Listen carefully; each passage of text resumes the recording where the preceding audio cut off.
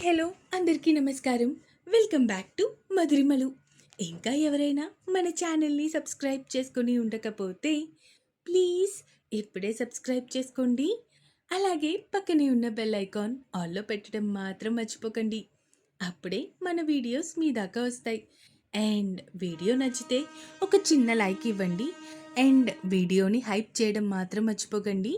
ఇక మన స్టోరీలోకి వెళ్ళిపోదాం. ఉంటా నీ జతగా ఎపిసోడ్ 3. మీరా, హేమంత్ ఇంకా కార్తిక్ ఇద్దరికి ఫోన్ చేసింది. మీకు చెప్పిన వర్క్ ఎంతవరకు వచ్చింది? మీరు ఇంతకీ వాళ్ళని కాంటాక్ట్ అయ్యారా లేదా? హా, నేను ఆల్రెడీ సింధు వాళ్ళ డాడీతో మాట్లాడాను. ఇప్పుడు అతని దగ్గరికే వెళ్తున్నాను అన్నాడు కార్తిక్. Okay, good Karthik. నీ సంగతి ఏంటి హేమంత్? ఇంతకీ నువ్వు సింధు ఎక్కడుందో కనుక్కున్నావా? తనతో మాట్లాడావా? అడిగింది మీరా ఆతృతగా. ఓ ఓ మేడం, కొంచెం తట్టుకోండి. అదేంటంటే ఇప్పుడు తను ఎగ్జామ్ హాల్లో ఉంది. ఆఫ్టర్నూన్ 1 o'clock వరకు తను బయటికి రావడం కష్టం. సో బయటికి వచ్చాక మాట్లాడగలను. వాట్? ఎగ్జామ్లో ఉందా? తను ఎప్పుడు రాయాలి? నువ్వెప్పుడు తనతో మాట్లాడాలి? అంటే మరీ ఎగ్జామ్ హాల్లోకి వెళ్ళి మాట్లాడలేను కదా మేడం అన్నాడు హేమంత్ వెటకారంగా. హేమంత్, ఇంత సీరియస్ సిచ్యువేషన్లో కూడా నీకు వెటకారాలు ఆడాలి అని అనిపిస్తుందా? నిజంగా నీకు దండేసి దండం పెట్టొచ్చు అంటూ కాల్ కట్ చేసేసింది మీరా. ఇక్కడ సింధు వాళ్ళ ఇంటికి వెళ్ళాడు కార్తిక్. నమస్తే అండి, అది మేము అర్జున్ వర్మ గారి టీం మెంబర్స్ అన్నాడు కార్తిక్ తనని తాను పరిచయం చేసుకుంటూ. అంటే ఎవరు బాబు మీరు? మీకు పాప్ సింగర్ అర్జున్ తెలీదా?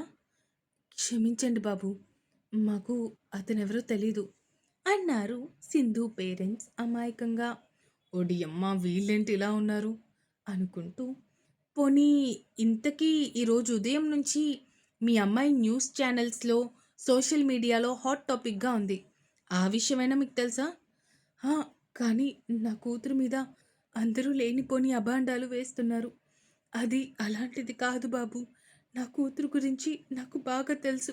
తను చాలా మంచిది" అంది సింధు తల్లి కమలాక్షి. అవునండి, అది తను ఒక సెలబ్రిటీతో ఉంది అని న్యూస్ బయటకు వచ్చింది కదా. అతనే అర్జున్. నేను అతని మనిషినే, మీతో మాట్లాడడానికి వచ్చాను. బాబు, నిజంగా చెప్తున్నాను, నా కూతురు అలాంటిది కాదు. మీరు తన పట్ల అమానుషంగా ప్రవర్తించొద్దు అంటూ భయంగా వేడుకుంటూ ఉంది కమలాక్షి. అయ్యో, మీరు నన్ను తప్పుగా అర్థం చేసుకుంటున్నారు. అమ్మా, నేనేమీ మిమ్మల్ని భయపెట్టడానికి కానీ బెదిరించడానికి కానీ రాలేదు. మీతో ఒక విషయం మాట్లాడాలి అనుకుంటున్నాను. అదేంటంటే ఇప్పటికే బయట చాలా రచ్చ రచ్చ జరిగిపోయింది. అందుకే మేము అర్జున్ గారికి అలాగే మీ అమ్మాయి సింధుకి పెళ్లి చేద్దాం అనుకుంటున్నాము. మీ అనుమతి కూడా మాకు అవసరం అన్నాడు కార్తిక్. ఆ మాటలు విన్న కమలాక్షి, ఆమె భర్త రంగయ్య ఇద్దరూ ఆశ్చర్యానికి గురయ్యారు. ఏం మాట్లాడుతున్నారు మీరు?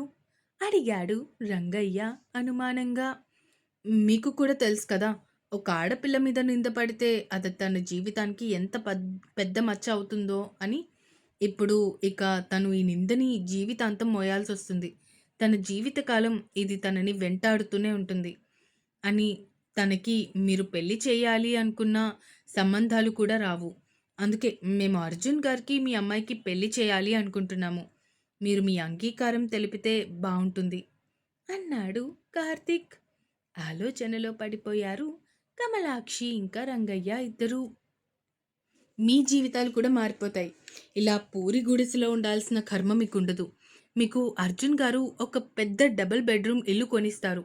మీ పిల్లల్ని బాగా చదివిస్తారు. ఇంకా మీరు బస్సు డ్రైవర్గా పని చేయాల్సిన అవసరం కూడా లేదు. మీకు సొంతంగా ఒక కార్ కొనిస్తారు. మీరు ఆ కార్తోనే వ్యాపారం చేసుకోవచ్చు. క్యాబ్ డ్రైవర్గా డబ్బులు సంపాదించుకోవచ్చు అంటూ ఆశ చూపించడం మొదలుపెట్టాడు కార్తిక్. కార్తిక్ మాటలు వినడానికి తీయగా, చాలా వినసొంపుగా అనిపిస్తూ ఉంటే భార్యాభర్తలిద్దరూ ఒకరి మొహాలు ఒకరు చూసుకుంటూ ఉన్నారు. ఏంటి, మీకు ఇంకా నమ్మకం కలగడం లేదా? ఇప్పుడే నేను మీకు అన్నీ అరేంజ్ చేయగలను. అదంతా అయిన తర్వాతే మీరు పెళ్ళికి ఒప్పుకోండి అంటూ చెప్పి వెంటనే మీరాకి ఫోన్ చేస్తాడు కార్తిక్. హలో కార్తిక్, చెప్పు. మీరా, నేను నీకు చెప్పింది మొత్తం సింధు పేరెంట్స్కి చెప్పాను. వాళ్ళు నమ్మడం లేదు. అన్నాడు కార్తీక్. సరే, నాకొకసారి ఫోన్ ఇవ్వు, నేను మాట్లాడతాను అంటూ చెప్పడంతో కమలాక్షికి ఫోన్ ఇచ్చాడు కార్తీక్. మాట్లాడండమ్మా అన్నాడు కార్తీక్. హలో అంది కమలాక్షి. హలో అమ్మా, నా పేరు మీరా. మీకిప్పుడు కార్తీక్ ఏదైతే చెప్పాడో అదంతా అక్షరాల నిజం. మీకు ఇంకా నమ్మకం కలగకపోతే ఒక గంటలో మీ ఇంటి ముందు కారు నిలబడుతుంది. అప్పుడైనా మీకు అర్థమవుతుంది మేము ఏది కూడా సరదాగా మాట్లాడడం లేదు అని. అప్పటికైనా మీకు నమ్మకం కలుగుతుంది కదా. అలాగే మీ పిల్లలిద్దరూ చదువుకుంటున్న స్కూల్ ఫీజులన్నీ మేమే కడతాము అంది మీరా. అలాగే అమ్మా అంది కమలాక్షి. కమలా, నువ్వు అలా ఎలా ఒప్పుకుంటావు? మన అమ్మాయి అయిష్టాలతో పని లేదా అడిగారు రంగయ్య. బాబాయ్ గారు, మీరు అస్సలు కంగారు పడకండి. సింధుని ఒప్పించే బాధ్యత మాది అన్నాడు కార్తిక్. నా కూతురు ఒప్పుకుంటే నాకే అభ్యంతరం లేదు బాబు. కానీ నా కూతురు ఒప్పుకోకపోతే నేను కూడా ఈ పెళ్ళికి ఒప్పుకోలేను అన్నాడు రంగయ్య. తప్పకుండా మీ కూతురు అంగీకారం లేకుండా ఇక్కడ ఏది జరగదు అంటూ కాల్ కట్ చేసింది మీరా. మీరిద్దరూ నాతో పాటు రండి అంటూ వాళ్ళని తీసుకొని తన కార్లో తిరిగి అర్జున్ వాళ్ళ దగ్గరికి స్టార్ట్ అయ్యాడు కార్తిక్. ఇక్కడ మధ్యాహ్నం 1 గంట వరకు అక్కడే సింధు ఎగ్జామినేషన్ సెంటర్ బయటే కాపు కాస్తూ ఉన్నాడు హేమంత్. ఎగ్జామ్ ఇంకొక అరగంటలో పూర్తవుతుంది అనగా ముందుగానే బయటికి వచ్చేసారుంది సింధు శృతితో కలిసి. సింధు కోసమే ఎదురు చూస్తూ ఉన్న హేమంత్ సింధు రాగానే తన దగ్గరికి వెళ్ళాడు. సడన్గా హేమంత్ని తన దగ్గరికి వచ్చేసరికి చాలా భయపడిపోయింది సింధు. పక్కనే ఉన్న శృతి చేతిని గట్టిగా పట్టేసుకుని తన వైపు చూస్తూ ఉంది. శృతి హేమంత్ వైపు చూస్తూ, అసలు ఎవరు మీరు? ఎందుకు మమ్మల్ని అడ్డగించారు? మర్యాదగా పక్కకి తప్పుకోండి, లేదంటే పోలీసులకి ఫోన్ చేయాల్సి వస్తుంది అంది శృతి హేమంత్ వైపు సీరియస్గా చూస్తూ. శృతి వైపు కనీసం పట్టించుకోకుండా తనని పక్కకి తోసి సింధు వైపు చూస్తూ, హాయ్ సింధు, నేను pop singer Arjun Varma PR team మెంబర్ని అంటూ తనని తాను పరిచయం చేసుకున్నాడు హేమంత్. చెప్పండి అంది సింధు కొంచెం భయపడుతూనే. మీరు నాతో పాటు రండి అన్నాడు హేమంత్. వాట్, ఏం మాట్లాడుతున్నారు అడిగింది సింధు భయంగా హేమంత్ వైపు చూస్తూ. అయ్యో, మీరు నన్ను తప్పుగా అర్థం చేసుకుంటున్నారు. అదేంటంటే మీ పేరెంట్స్ ఇప్పుడు మా దగ్గరే ఉన్నారు, మీతో కొంచెం మాట్లాడాలి, అందుకే మిమ్మల్ని పిలుస్తున్నాను అన్నాడు హేమంత్. అప్పటికే స్టూడెంట్స్ కొంచెం కొంచెంగా బయటికి వస్తూ సింధుని చూసి వాళ్ళల్లో వాళ్ళే మాట్లాడుకోవడం మొదలుపెట్టారు.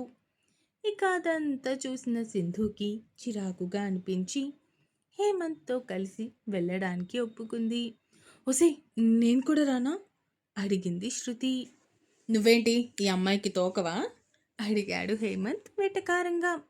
తోకనో లేదంటే మేకునో నీకెందుకు? అయినా నా ఫ్రెండ్ ఒక్కదాన్ని ఎలా పంపిస్తాను అని అనుకుంటున్నారు?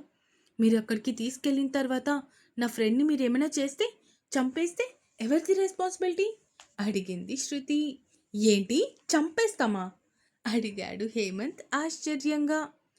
ఏమో, మీ డబ్బున్న వాళ్ళని నమ్మడం అంత మంచిది కాదు, అందుకే నా ఫ్రెండ్తో పాటు నేను కూడా వస్తాను. హుఫ్, సరే రండి అంటూ ఇద్దరిని తీసుకుని అక్కడి నుంచి స్టార్ట్ అయ్యాడు హేమంత్. ఇంకొక అరగంటకి మీరా వాళ్ళ దగ్గరికి చేరుకున్నారు హేమంత్, సింధు అండ్ శృతి. హేమంత్, ఈ అమ్మాయి ఎవరు అడిగింది మీరా శృతి వైపు చూస్తూ. ఈ సింధు తోక అన్నాడు హేమంత్. ఆ మాటకి హేమంత్ వైపు సీరియస్గా చూసింది శృతి. సింధు చూపులు మాత్రం అక్కడే ఉన్న తన తల్లిదండ్రుల వైపు వెళ్ళాయి. సింధు ఎవ్వరిని పట్టించుకోకుండా కమలాక్షి దగ్గరికి వెళ్ళి, అమ్మ, నేను నిజంగా ఏ తప్పు చేయలేదు, నువ్వైనా నన్ను నమ్ము అంటూ చిన్న పిల్లల ఏడవడం మొదలుపెట్టింది. లేదు తల్లి, నువ్వు ఏ తప్పు చేయలేదు అని నాకు తెలుసు అంది కమలాక్షి కూతుర్ని ఓదారుస్తూ. మీరు ఒకసారి సింధుకి మొత్తం విషయం చెప్తారా అడిగింది మీరా కమలాక్షి వైపు చూస్తూ. అలాగే అంటూ కూతుర్ని తీసుకుని అక్కడి నుంచి పక్కకి వచ్చేశారు రంగయ్య ఇంకా కమలాక్షి. మీరిక్కడే కూర్చోండి అంటూ శృతిని అక్కడే కూర్చోబెట్టి రిషి వైపు చూసి సైగ చేసింది. రిషి అర్జున్ని తీసుకొని అక్కడి నుంచి ఇంకొక రూమ్లోకి వెళ్ళాడు. వీళ్ళ వెనకే వెళ్ళింది మీరా కూడా. ఏంటి ఇప్పుడు మళ్ళీ ఏమైనా మాట్లాడాలి అనుకుంటున్నారా ఇద్దరు నాతో? అడిగాడు అర్జున్ కోపంగా. అర్జున్, నాకు అర్థమవుతుంది నీ కోపం. అండ్ ఇప్పుడు నీ పిఆర్ టీమ్ లీడ్గా కాకుండా నీ ఫ్రెండ్గా ఒక సజెషన్ ఇవ్వాలి అనుకుంటున్నాను. ఇప్పటికే సొసైటీలో నీకంటూ ఒక మంచి పేరు ఉంది. దాన్ని పాడు చేసుకోకురా ప్లీజ్. అండ్ నువ్వు హీరోగా కూడా ఎంటర్ అవ్వాలి అనుకుంటున్నావు. ఈ టైం చాలా క్రూషియల్. ఇలాంటి టైంలో నువ్వు ఒక్క తప్పటడుగు వేసినా మొత్తం నీ స్టార్డమ్ అంతా పేక మేడలా కూలిపోతుంది. అందుకే ఈ నిర్ణయం తీసుకున్నాను. ప్లీజ్ అర్జున్ అంది మీరా. మీరా మాటలకి రిషి కూడా వంత పాడుతూ, అవునరా, నాకు కూడా మీరా చెప్తుందే నిజమే అనిపిస్తుంది. ఈ ఒక్కసారికి ఈ నిర్ణయం తీసుకో. అండ్ ఆ అమ్మాయి కూడా చూస్తూ ఉంటే మంచి అమ్మాయిలాగే అనిపిస్తుంది అన్నాడు రిషి. సరే, ఏదో ఒకటి తగలడండి అన్నాడు అర్జున్ చిరాకుగా. అర్జున్, నువ్వు కొంచెం నీ మూడ్ని చేంజ్ చేసుకుంటే బాగుంటుంది. కొంచెం ఇష్టం లేనట్టు కాకుండా పెళ్ళి ఇష్టం ఉన్నట్టు ఫేస్ పెడితే సరిపోతుంది. అట్లీస్ట్ రేపటి వరకు అయినా, సరేనా?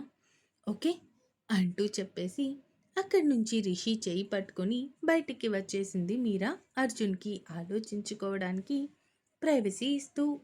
ఇక్కడ రంగయ్య కమలాక్షి కూతుర్ని పక్కకి తీసుకొచ్చి విషయం మొత్తం చెప్పారు. ఏంటి మమ్మీ నువ్వు చెప్పేది?